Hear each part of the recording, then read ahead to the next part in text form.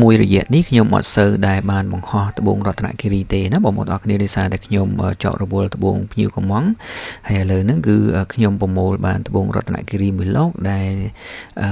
សេរីផនគេចាប់ពី10ការ៉ាត់រហូតដល់25ការ៉ាត់ណាបងប្អូនអរគ្នាហើយយើងមាននៅក្នុងស្តុកស្រាប់មួយគ្រាប់នេះវិញទម្ងន់របស់គេគឺ25ការ៉ាត់ចុច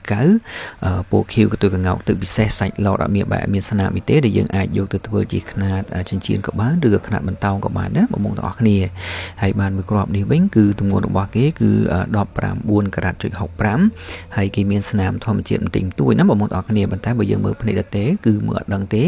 ហើយមួយគ្រាប់នេះវិញចូលពោខៀវក៏ទៅកងោកទឹកពិសេសហើយទម្ងន់របស់គេគឺ19ការ៉ាត់ចុច50ដែលយើងអាចយកទៅធ្វើជាខ្នាតចិញ្ចៀនបានណាបងប្អូនទាំងអស់គ្នាពោរបស់គេគឺចូលពោខៀវក៏ទៅកងោកទឹកពិសេសណាបងប្អូនទាំងអស់គ្នាហើយមួយគ្រាប់នេះវិញគឺរាងរបស់គេរាងស្លឹកពោទម្ងន់របស់គេ12ការ៉ាត់កន្លះដែលយើងអាចយកទៅធ្វើជាខ្នាតចិញ្ចៀនក៏បានខ្នាតបន្តោងខ្សែកក៏បានដែរណាបងប្អូនទាំងអស់គ្នា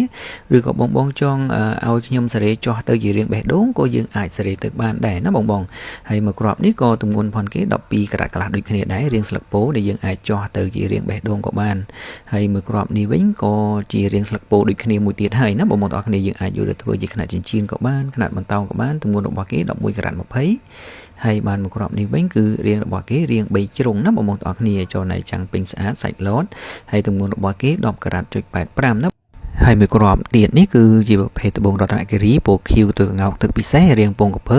ទម្ងន់12ការ៉ាត់កន្លះដែលយើងអាចយកទៅធ្វើជាខ្នាតចិញ្ចៀនបានណាបងប្អូនទាំងអស់គ្នាហើយក៏ខ្ញុំមានរាងជ្រុងមួយគ្រាប់ដែរគឺទម្ងន់10ការ៉ាត់ដែលយើងអាចធ្វើខ្នាតចិញ្ចៀនបានបងស្លៃអាចធ្វើការកម្មងបានអរគុណ